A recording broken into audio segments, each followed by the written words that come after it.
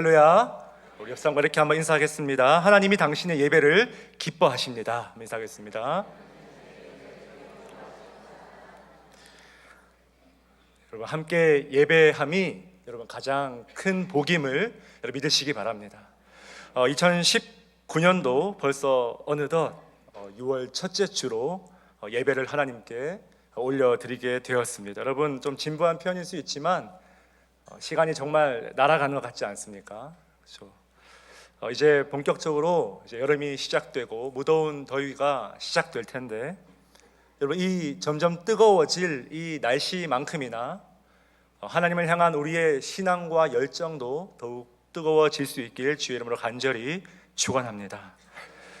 새벽 기도에 나오시는 분들은 잘 아시겠지만 우리 교회는 지난 5월 한 달 동안 역대상 말씀으로 함께 주의 말씀을 나누고 큐티를 하며 매일 아침마다 말씀을 묵상하는 시간을 함께 가졌습니다.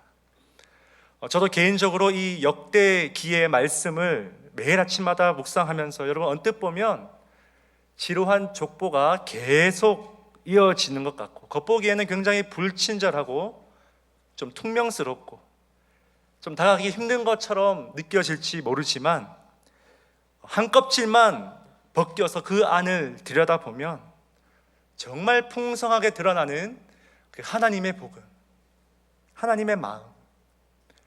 여러분, 포로 후기 백성들의 그 연약하고 여러분 힘겨운 시대를 살아가는 그 백성들을 향한 하나님의 절절한 마음이 느껴져서 여러분 개인적으로 너무나 큰 은혜를 경험하는 그런 한 달이었습니다. 그래서 여러분, 이 역대기에 담긴 이 하나님의 복음, 특히 오늘 함께 읽은 말씀 가지고 나는 너를 믿는다, 나는 너를 믿는다 라는 제목으로 함께 말씀 나눌 때 함께 은혜 풍성히 누리시는 시간 될 수 있길 간절히 소망합니다.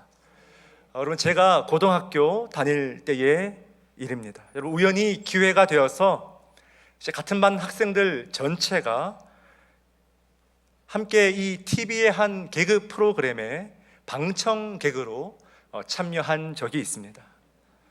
여러분, 그 당시만 해도 저는 이 말투에서 알다시피 저는 경상도 지방 시골 촌뜨기였기 때문에 이 서울 온 것도 너무 신기하고 거기다가 방송국까지 모든 게 그날이 너무 설레고 신기한 거예요. 자, 이제 녹화 몇 시간 전에 도착해서 방송국도 둘러보고 견학도 하고 이제 스튜디오에 도착해서 녹화를 시작하는데요. 그런데 그때 참 인상적인 게 뭐냐 하니까 녹화 전에 이 PD가 이 고등학생들을 가지고 이 방청객을 대상으로 철저하게 훈련시킨다는 거예요. 여러분, 방청객들의 가장 큰 역할이 무엇일까요? 안 해보셔서 잘 모르시죠? 뭘까요? 방청객들의 가장 큰 역할이 뭐냐면 리액션이 중요한 거예요. 리액션. 왜냐? 그 리액션도 방송에 굉장히 귀중한 음향으로 들어가기 때문에. 그래서 여러분, 개그맨들이 썰렁한 농담을 막 날려도 우리는 그에 상관없이 무조건 크게 웃어야 되는 거예요. 재미있든 재미없든 웃는 거예요, 그냥. 자, 그래서 여러분, 세 가지가 크게 중요합니다. 자, 이렇게 PD가 두 주먹을 쥐면 자, 크게 웃고 여러분 크게 박장대소하며 크게 웃는 거예요. 속으로 피식 이렇게 웃으면 안 됩니다. 크게 될 수 있는 한 배를 잡고 웃어야 되는 거예요. 자, 두 번째, PD가 손을 펴면 이번에는 크게 박수를 치라는 소리입니다. 고함을 지르면서 박수를 치라는 거예요. 자, 마지막 세 번째, 이게 중요한데 PD가 여러분 이렇게 양팔을 아래 위로 흔들면 자, 별거 아닌 일에도 마치 인생의 놀라운 깨달음을 얻었다는 듯이 놀라움을 표시해야 되는 거예요. 우와. 자, 이렇게 제가 지금 혼자 하니까 굉장히 어색한데 우리 다 함께 연습해 볼까요? 시작. 우와. 와. 제가 1부, 2부 다 했는데 여러분 3부 성도님들 최고인 것 같습니다. 너무 잘 놀랄 준비가 되어 있는 것 같아요. 자, 여러분, 우리가 이 PD의 신호를 따라서 여러분 중요한 것은 진행자가 웃기든 말든 뭐 놀랍든 놀랍지 않든 중요한 것은 뭡니까? 이 PD의 이 동작에 따라서 움직여야 된다는 거예요. 자, 이제 녹화가 시작됩니다. 녹화 초반에는 이 개그맨들이 이렇게 좀 몸이 조금 덜 풀렸는지 하는 개그마다 썰렁하고 막 갑자기 분위기가 싸해지는 그런 개그 있지 않습니까? 막 그런 아재 개그만 막 던지는 거예요. 딴에는 열심히 하는데 여러분, 이 고등학생들의 심령이 얼마나 강팍합니까? 그죠? 이 강팍한 청소년들의 심령을 움직이기에는 너무 개그가 역부족인 거예요. 자, 그래도 뭡니까? 우리 방청객들은 무대 위에 개그맨들과 상관없이 그냥 PD가 그냥 손만 들면 기계처럼 리액션 하는 거예요. 자, 그런데 시간이 점점 흐르자 여러분, 굉장히 신기한 현상이 일어나기 시작합니다. 그렇게 초반에는 좀 과장되게, 여러분 안 웃겨도 막 억지로 우리가 웃어주고, 잘 못해도 박수 쳐주고, 속으로는 뭐 별거 아닌 일에도 막 놀라움을 표시하며 여러분 격려해 주니까 여러분 어느덧 이 개그맨이 점점 자신감을 얻고 몸이 풀리고 너무나 탁월하게 진행을 하더라는 거예요. 여러분, 더 이상 시간이 지나자 여러분, 이 PD의 수신호가 필요가 있습니까? 없습니까? 필요가 없어지는 거예요. 여러분, 분명히 처음에는 그냥 시켜서 우리가 리액션을 했을 뿐인데 어느새 모든 방청객들이 그 프로그램에 진심으로 빠져들어서 진심을 다해서 리액션을 하더라는 것입니다. 여러분, 그때 제가 느낀 게 뭐냐 하니까 여러분, 이 프로들도 지금 여러분 이 같은 일을 막 20년, 30년 진행해온 이 프로들도 방청객들의 그 지지와 환호에 엄청난 자신감을 얻더라는 거예요. 여러분, 실제로 방송을 보니까 방송 초반에 좀 어색한 그런 분위기의 분량들은 전부 통편집됐어요. 실제로는 중후반부의 방송 녹화만 실제로 전파를 타더라는 거예요. 자, 여러분, 이게 지금 무슨 말입니까? 우리 인생에 격려와 용기를 주는 것. 중요한 것은 현재의 모습과 상관없이, 현재 내 삶의 영적인 상태와 상황과 상관없이 무조건 격려하고 지지하는 것이 때로는 참 필요한 것이구나. 제가 그런 깨달음을 얻은 적이 있습니다. 여러분, 그렇습니다. 이러한 무조건적인 지지와 무조건적인 이런 격려, 나는 너를 믿는다. 나는 너를 믿는다. 너희들 지금 정말 잘하고 있다. 잘 가고 있다. 여러분, 이런 현재의 모습과 상관없는 하나님의 가장 많은 지지가 담겨 있는 성경이 어쩌면 오늘 우리가 함께 살펴볼 이 역대기의 말씀인지도 모르겠습니다. 자, 이 지점에서 우리가 한 가지 짚고 넘어가야 될 것이 뭐냐 하니까 여러분, 구약의 이스라엘 역사를 다루는 역사서에는 크게 두 가지 종류가 있습니다. 자, 하나는 사무엘 열왕기서의 내러티브가 있고요, 또 하나는 역대기의 이야기가 있다는 거예요.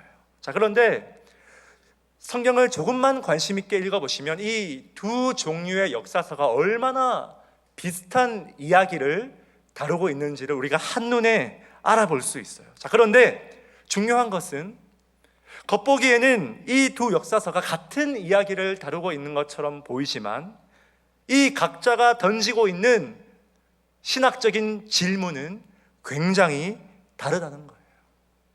자, 먼저 여러분, 사무엘 열왕기서 이야기는 무엇입니까? 여러분, 주로 이런 질문을 던져요. 바벨론의 망에서 비참하게 포로로 끌려가면서 하나님 앞에 심장을 치며 묻고 있는 거예요. 하나님, 왜 우리가 약속의 땅에서 쫓겨나게 되었습니까? 왜 우리 공동체가 실패했습니까? 왜 우리 교회가 넘어졌는가? 왜 우리는 비참한 지경에 이르게 되었는가? 하나님은 왜 우리 가정은 이렇게 너무 힘든 거예요, 하나님? 그래서 무엇입니까? 여러분, 곳곳에 하나님의 적나라한 비판과 훈계와 질책과 꾸지람으로 가득 차 있는 성경이 바로 사무엘 열왕기서 역사서의 이야기입니다. 왕들이 범죄하고 넘어질 때마다 성경의 저자가 뭐라고 그들을 평가합니까? 여호와께서 보시기에 악을 행하여. 무려 27번이나 끊임없이 마치 긴 노래의 후렴구처럼 이야기 내내 반복되는 거예요. 여호와께서 보시기에 악을 행하여. 한마디 한마디가 여러분 그 심장의 비수처럼 꽂히는 거예요. 하나님, 왜 쫓겨났습니까? 악을 행하여.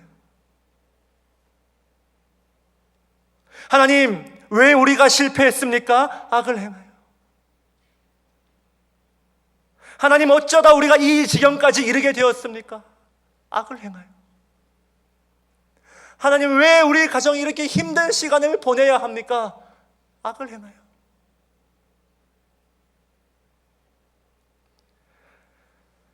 만약 사무엘 열왕기서가 오늘 이 시대에 너무나 무기력한 교회들을 향하여 질문을 던진다면 아마 이런 질문을 던질 것입니다. 많은 기존의 성도들이 무엇입니까?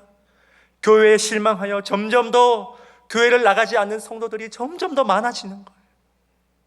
다음 세대들은 걷잡을 수 없이 교회를 등지고 있습니다. 목사와 성도들의 입에 담기 힘든 그런 죄들로 인하여 여러분, 사회의 지탄을 받는 교회들을 향하여 사무엘 열왕기서는 이렇게 질문하지 않겠습니까? 어쩌다 이 지경이 되었느냐? 왜 교회가 실패하고 있는지 너희들 아느냐? 도대체 무엇 때문에 그 위대한 복음이 조롱받고 무시당하는 이 지경에 이르게 됐는지 회개한 적 있느냐? 하나님의 호된 질책과 꾸지람으로 감히 고개를 들 수 없는 이야기가 바로 이 사무엘 열왕기서의 이야기라는 거예요. 자, 그런가 하면 여러분, 이 역대기는 같은 시대의 이야기를 다루지만 전혀 다른 질문을 던지고 있습니다. 하나님, 우리가 실패한 것 다 인정합니다. 하나님, 내가 잘못했습니다. 그런데 하나님, 정말 염치 없지만 질문이 있습니다. 그럼에도 불구하고 우리는 여전히 하나님의 백성입니까? 아니, 하나님, 우리에게 여전히 희망이라는 단어가 있습니까? 하나님, 우리에게 내일이라는 시간에 희망이 있습니까? 하나님, 우리가 스스로 겸비하여 주님께 엎드릴 기회가 우리에게 있습니까?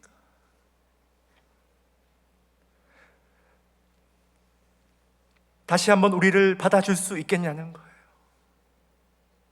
날이 갈수록 여러분, 힘을 잃고 영향력을 상실해가는 이 시대의 수많은 교회들을 부둥켜 안고 질문하는 거예요. 하나님, 여전히 교회가 생명입니까? 하나님, 여전히 교회가 이 땅의 빛과 소금입니까?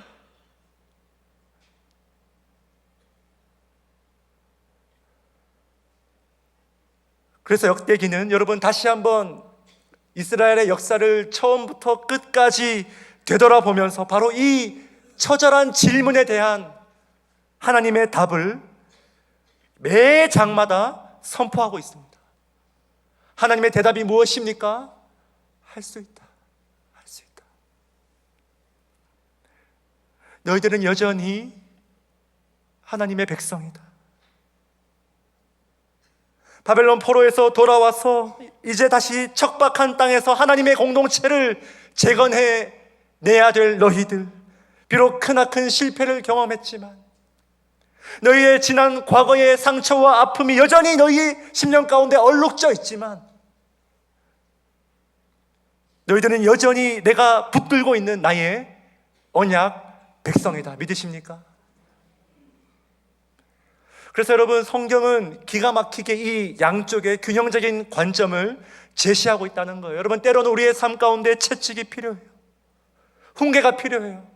저와 여러분의 가정 가운데 하나님의 호된 질책이 필요할 때가 있습니다.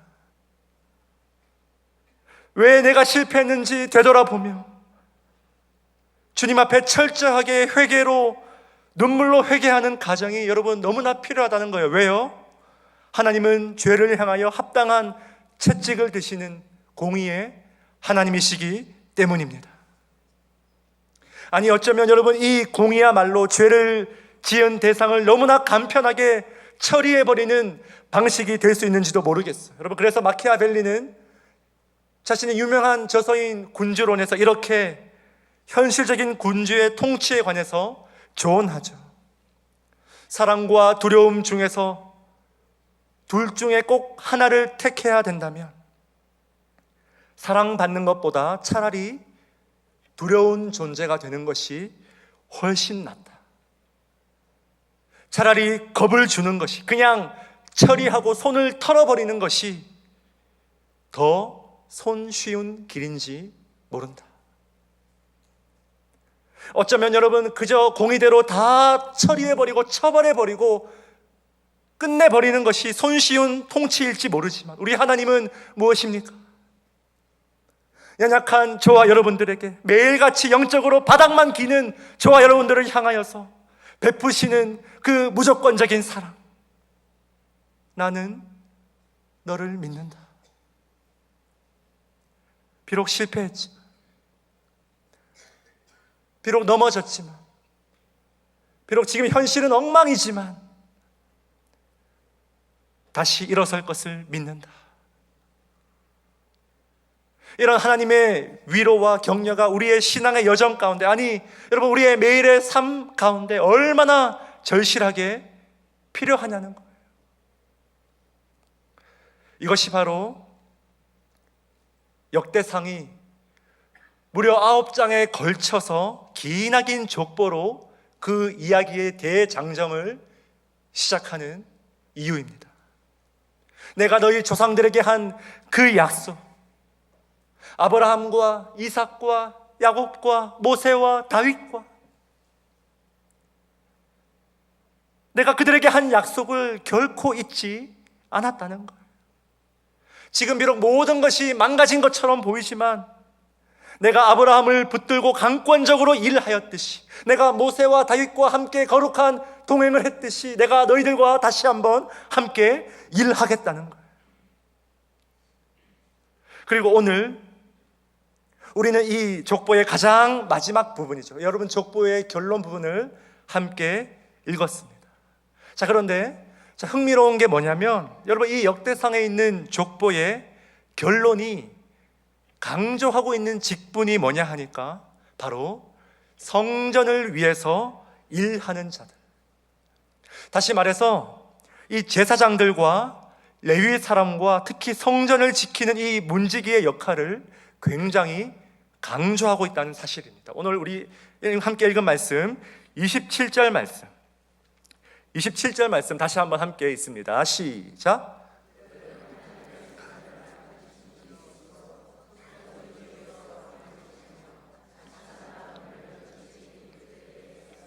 아멘. 자, 영어로는 게이트키퍼라고 불리죠. 여러분 밤낮으로 성전을 지키는 이 사역이 얼마나 중요했던지 족보의 마무리가 이 문지기 사역의 역사를 되돌아보는 것으로 지금 마무리되고 있습니다. 여기서 우리는 역대기 저자가 여러분 얼마나 이 하나님의 전을 소중하게 생각했는지를 알 수 있어요. 다시 새롭게 신앙을 가지고 돌아온 이 공동체, 바벨론에서의 더 나은 삶이 아니라 이 불타는 예루살렘에서의 여러분 더 나은 뜻을 가지고 안정된 모든 것들을 다 버리고 돌아온 이 공동체. 여러분 우리가 살면서 시간이 갈수록 더 점점 깨달아가지 않습니까? 하나님을 떠나서는 어디에도 행복이 없음을 믿으시기 바랍니다. 그런데 반대로 하나님 안에서는 무엇입니까? 우리가 어디를 가든 너무나 행복한 거예요. 그곳이 뭐 바벨론의 화려한 집이든 그곳이 뭐 불타는 예루살렘이든. 그래서 여러분 시편 기자는 이런 고백을 하지 않습니까? 주의 궁정에서의 한 날이 다른 곳에서의 첫날보다 나은지, 악인의 장막에 사는 것보다 내 하나님 성전 문지기로 있는 것이 좋사오니. 이 영적인 행복을 위해 돌아온 자들이 다시 건축한 이 성전, 이 성전을 섬기는 사역이 이 역대기 저자에게는 굉장히 지금 중요한 문제라는 것입니다. 자, 그렇다면 여러분, 성전을 지키는 이 일이 왜 중요합니까? 하나님의 성전 모든 방과 곳간과 밤마다 아침마다 여러분, 이 성전을 지키는 일이 왜 그렇게 중요합니까? 우리는 20절에서 힌트를 얻을 수 있는데, 오늘 말씀 20절 말씀 함께 있습니다. 시작. 여호와께서 함께 하신 엘르아살의 아들 비느하스가 옛적에 그의 무리를 거느렸고. 아멘. 자, 보십시오. 지금 문지기 업계의 전설과도 같은 그런 인물이죠. 역대기 기자는 비느하스라는 한 인물을 우리에게 소개합니다. 민수기 25장에 보시면 이스라엘 백성들이 지금 불기둥과 구름 기둥과 함께 거룩한 동행을 하고 있는 와중에 이스라엘 백성들이 모압 여인들과 함께 음행을 벌이는 굉장히 참담한 사건이, 그것도 이스라엘의 캠프 진영 안에서 일어나게 됩니다. 하나님이 이 일 때문에 얼마나 크게 분노하셨는지 몰라요. 용납할 수가 없는 거예요. 자, 그래도 하나님께서 다시 한번 기회를 주시려고 다 함께 회개해라, 온 백성들 다 모여서 회개해라. 그래서 이 일 때문에 온 이스라엘 백성들이 회개하는 심정으로 지금 회막 문 앞에 모여서 참담하게 울며 기도하며 통곡하고 있는 거예요. 자, 그런데 바로 이때 겁도 없이 한 이스라엘 남자가 분위기 파악 못한 채 미디안 여인 한 명을 데리고 와서 온 백성들이 보는, 회개하며 울고 있는 그 앞에서 한 막사로 들어가 뒹굴고 있는 거예요. 여러분, 이게 상상이나 할 수 있는 그런 일입니까? 그죠? 그렇자 이 당시에 성막을 지키던 엘르아살의 아들 비느하스가 하나님의 질투로, 하나님의 분노의 질투로 단칼에 그 남녀를 처리해 버리죠. 여러분, 이 이야기가 왜 중요하냐면, 여러분, 이만큼 성전의 거룩을 지키는 일이 그만큼 중요하다는 거예요.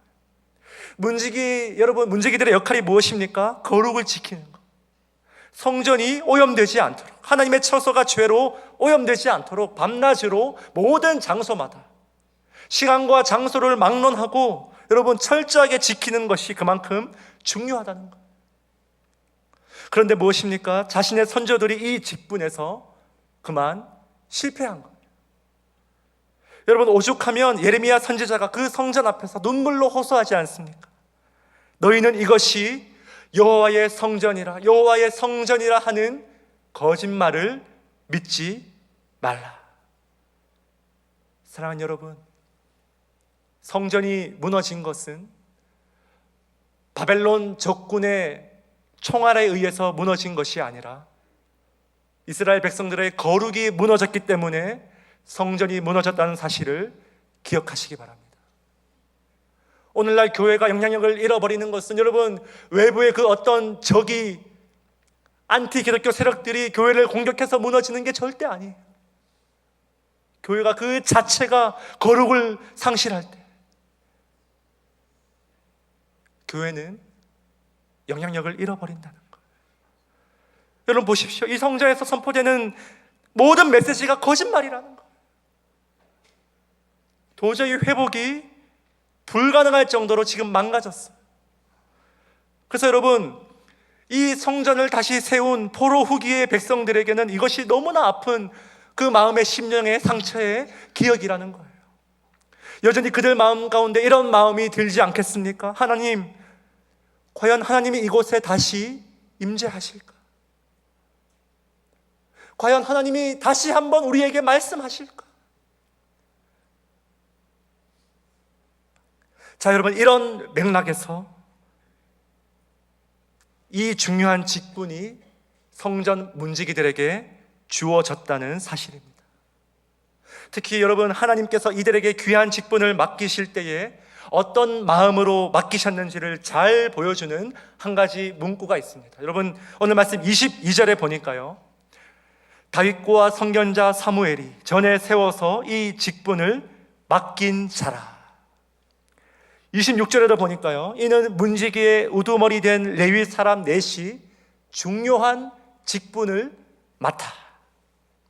27절에도 그들은 하나님의 성전을 맡은 직분이 있으므로. 여러분, 지금 반복되는 문구가 무엇입니까? 그렇죠. 지금 하나님께서 그들에게 직분을 따라서 이것을 맡겼다는 거예요. 그런데 여러분, 한글 성경에는 지금 생략되어 있지만, 여러분, 우리가 히브리어로 이 세 구절을 똑같이 본다면 그냥 직분을 맡긴 것이 아니라 여기에 놀라운 하나님의 마음이 담겨 있는 한 가지 단어가 등장합니다. 그게 뭐냐 하니까, 하나님께서 에무나로 그들에게 이 직분을 맡겼다는 거예요. 에무나. 그래서 여러분, 이 표현을 넣어서 다시 우리가 이 성경을 읽으면 이렇습니다. 하나님께서 에무나로 이 직분을 맡긴 자라. 에무나. 여러분, 이 에무나가 얼마나 이 9장 말씀 전체적으로 중요한가 하니까, 여러분, 사라 자펫이라는 역대기의 권위적인 신학자가 이런 말을 했습니다. 역대기 9장에서 반복되는 이 에무나야말로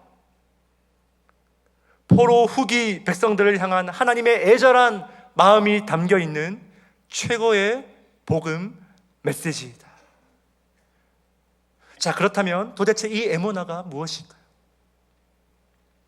우리가 평소에 너무나 잘 아는 구절 중에 이런 말씀이 있습니다. 하박국 2장 4절 말씀인데 우리 함께 외워볼까요? 시작. 의인은 그의 믿음으로 말미암아 살리라. 아멘. 여러분, 우리는 눈에 보이는 대로 사는 자들이 아니냐. 여러분, 믿음으로 사는 자들이라는 거예요. 자, 그런데 바로 이때 이 믿음이 히브리어로 에무나입니다. 에무나. 다시 말해서 여러분, 의인은 무엇으로 삽니까? 에무나로 산다. 의인은 그의 에무나로 산다는 거예요. 자, 우리가 너무나 잘 아는 구절이 한 구절 더 있습니다. 우리 창세기 15장 6절 말씀 우리 함께 있습니다. 시작. 아브라함이 여호와를 믿으니 여호와께서 이를 그의 의로 여기시고. 아멘. 하나님께서 여러분 언제 아브라함을 의롭다고 여기십니까? 아브라함이 여호와를 믿을 때에. 바로 여기서 믿다 할 때의 히브리어 동사가 여러분 명사 에무나와 같은 의미의 동사형인 아만이라는 거예요. 에무나, 아만 동의어예요. 인접어예요. 비슷하죠? 에무나, 아만. 그러니까 여러분, 지금 한결같이 이 구절들은 전부 종교개혁자들이 발견한 위대한 복음의 핵심 아닙니까? 사도 바울도 끊임없이 외쳤던 믿음으로 말미암아 구원받는다 할 때 그 믿음이 바로 에무나라는 거예요. 에무나. 자, 그러니까 지금 다시 돌아와서 여러분, 하나님께서 이 성전 맡은 자들을 무슨 마음으로 지금 세웠다는 것입니까? 내가 너희들을 철저하게 한번 믿어주겠다는 거예요. 믿어주겠다는 거예요. 너희가 비록 초라하고 자격 없고 가진 것 없고 너희가 너무나 부족하지만 내가 다 안다는 거예요. 하지만 나는 눈에 보이는 이 불타는 초라한 이 현실을 넘어서 믿음으로, 믿음의 눈으로 너에게 이 귀한 직분을 맡기고 싶다. 너의 부족한 그 모습, 있는 모습 그대로 네가 교회를 섬기고 성전을 섬기며 성전 문을 지킬 충분한 자격이 있어서가 아니라 내가 너에게 어떤 자질이나 요건이나 여러분 어떤 충분한 자격을 보고 여러분 직분을 맡기는 것이 아니라 내가 너를 믿기 때문에, 내가 너를 믿기 때문에 이 직분을 맡기고 싶다는 거예요. 여러분, 주위에 수많은 적들이 자꾸 이들을 낙심하게 합니다. 여호가 올라가도 무너질 그 성전에서 너희가 대체 뭘 할 수 있겠느냐? 너희 가정이, 너희 교회가 무슨 일을 할 수 있겠느냐? 나라도 망해서 고작 바사 제국의 포로 신세인 너희들이 너희 힘으로 대체 무슨 일을 하겠다고 그렇게 설쳐대느냐는 거예요. 아니 어쩌면 본인들 스스로가 자신들을 믿지 못했는지도 모르겠어요. 그런데 여러분 놀랍지 않으십니까? 다른 그 어떤 사람이 믿어주는 게 아니에요. 그 어떤 사람이 지금 직분을 수여하는 게 아니라 여러분 누굽니까? 천지를 지으신 만왕의 왕이신 하나님께서 지금 너희들을 믿어주겠다는 거예요. 하나님께서 말씀하십니다. 나는 너를 믿는다. 나는 너를 믿는다. 사도 바울이 고백합니다. 내가 전에는 비방자요 박해자요 폭행자였으나 그리스도 예수께서 내게 직분을 맡기심이니 대체 내가 무슨 자격이 있길래 이 주의 복음을 전하는 자리에 서게 되었는지 아무리 이해하려고 노력해봐도 알 수가 없다는 거예요. 여러분 나도 나를 믿지 못할 때가 많이 있지 않습니까? 여러분 나도 나를 신뢰하지 못할 때가 얼마나 우리의 삶 가운데 많이 있습니까? 바울이 자신을 볼 때 아무리 봐도 나는 비방자요 박해자요 교회의 원수였는데, 아니 다른 동역자들도, 아니 심지어 내가 세운 교회의 성도들마저 뭡니까? 제대로 회심한 거 맞아? 바울 제 진짜 사도 맞아? 말도 너무 어설픈데 베드로와 아볼로보다는 스피치가 좀 떨어지지 않아? 자기 말로는 부활하신 주님을 봤다고 떠들어대는데 진짜 본 거 맞아? 여러분 가는 곳마다 주눅 들고 비참하고 스스로 한심해 보여서 여러분 낙심할 수 있지만 바울을 일으킨 바로 그 주님의 한마디, 내가 너를 이방의 빛으로 삼아 주겠다. 바울아 나는 너를 믿는다. 일어나라. 떨쳐내라. 잘하고 있다. 바울의 남은 평생을 여러분 굳건하게 이끈 것은 남의 소리가 아니라, 내 내면의 연약한 의심의 소리가 아니라 무엇입니까? 바로 이 하나님의 음성. 나는 너를 믿는다. 나는 너를 믿는다. 여러분 제가 참 좋아하는 찬송인데, 여러분 찬송가 308장 2절에 보니까 가사가 이런 가사가 있습니다. 나같이 못난 인간 주님께서 살리려 하늘나라 영광 보좌 모두 버리시었네. 나같이 못난 인간, 나같이 못난 인간. 나 같은 게 뭐라고? 여러분 어찌 이런 인간도 한번 믿어보겠다고 끊임없이 하나님 십자가 부인하며 십자가와 상관없는 길을 걸어가려 하는 이런 인간도 한번 믿어보겠다고, 하늘 영광 보좌 버리신 우리 주님의 그 사랑, 우리가 흔들릴 때마다 격려하시고 우리가 넘어질 때마다 다시 일으키시고 우리가 혼란스러워할 때마다 무한한 신뢰로 우리를 붙들어 주신다는 사실입니다. 사랑하는 헤브론 교회 성도 여러분, 오늘 우리가 나눈 이 역대기, 이 메시지를 두고 성경을 좀 삐딱하게 보는 신학자들은 역대기를 가리켜 어용신학이다 뭐 그런 말들을 하곤 합니다. 어용신학, 여러분 이게 무슨 말입니까? 이 너무 현실을 직시하지 못한 채 그저 모든 것을 좋게만 미화하여 바라보는 게 아니냐는 거예요. 하지만 저는 지난 한 달간 이 말씀을 준비하며 계속 묵상하고 설교문을 다듬으면서 특별히 연약한 저와 우리 헤브론의 성도들 한 분 한 분을 이름을 주님께 올리며 중보할 때마다 그 기도의 현장에서 하나님께서 놀라운 임재의 모습을 저에게 많이 보여주셨어요. 저와 여러분들을 무대 위에 올려두고 우리의 인생의 PD 되시는 하나님께서 천군 천사들을 방청객 삼아서 여러분 지지하고 계시는 거예요.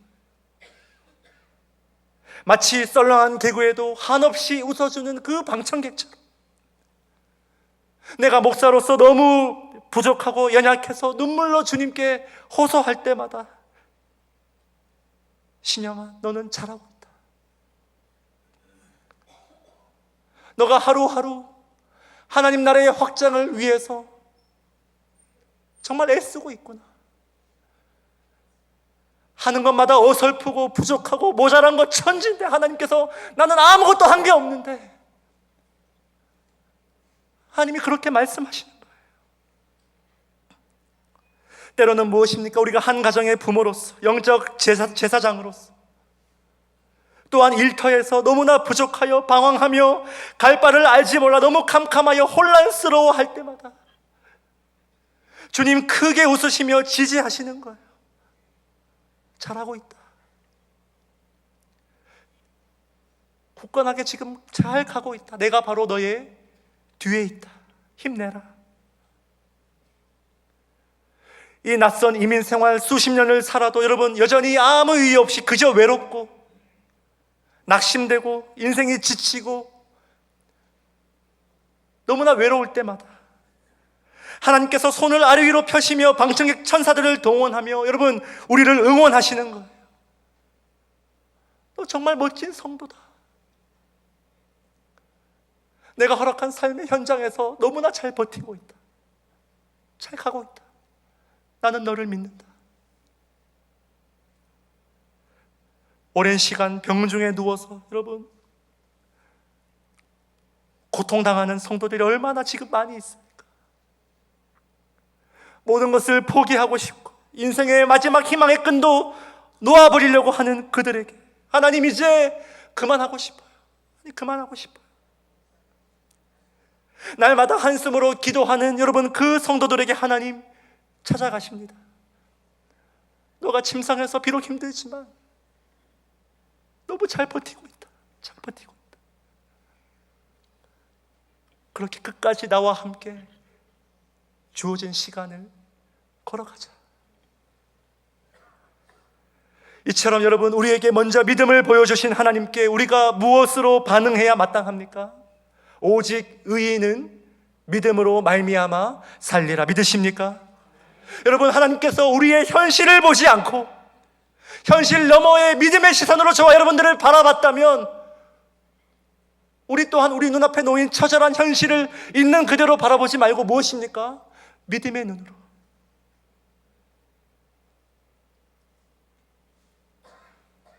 믿음은 바라는 것들의 실상이요 보이지 않는 것들의 증거. 보이는 것을 넘어서 믿음으로 나아가는 그런 믿음이 여러분 합당한 반응 아니냐는 거예요. 여러분 이 거룩한 주일 이 시간에 주님 앞에 다시 한번 이 사명과 귀한 직분을 점검받고 나는 너를 믿는다 말씀하시는 이 주님의 따스한 음성 들으시는 복된 주일 되시길 주의 이름으로 간절히 축원드립니다. 함께 기도하시겠습니다.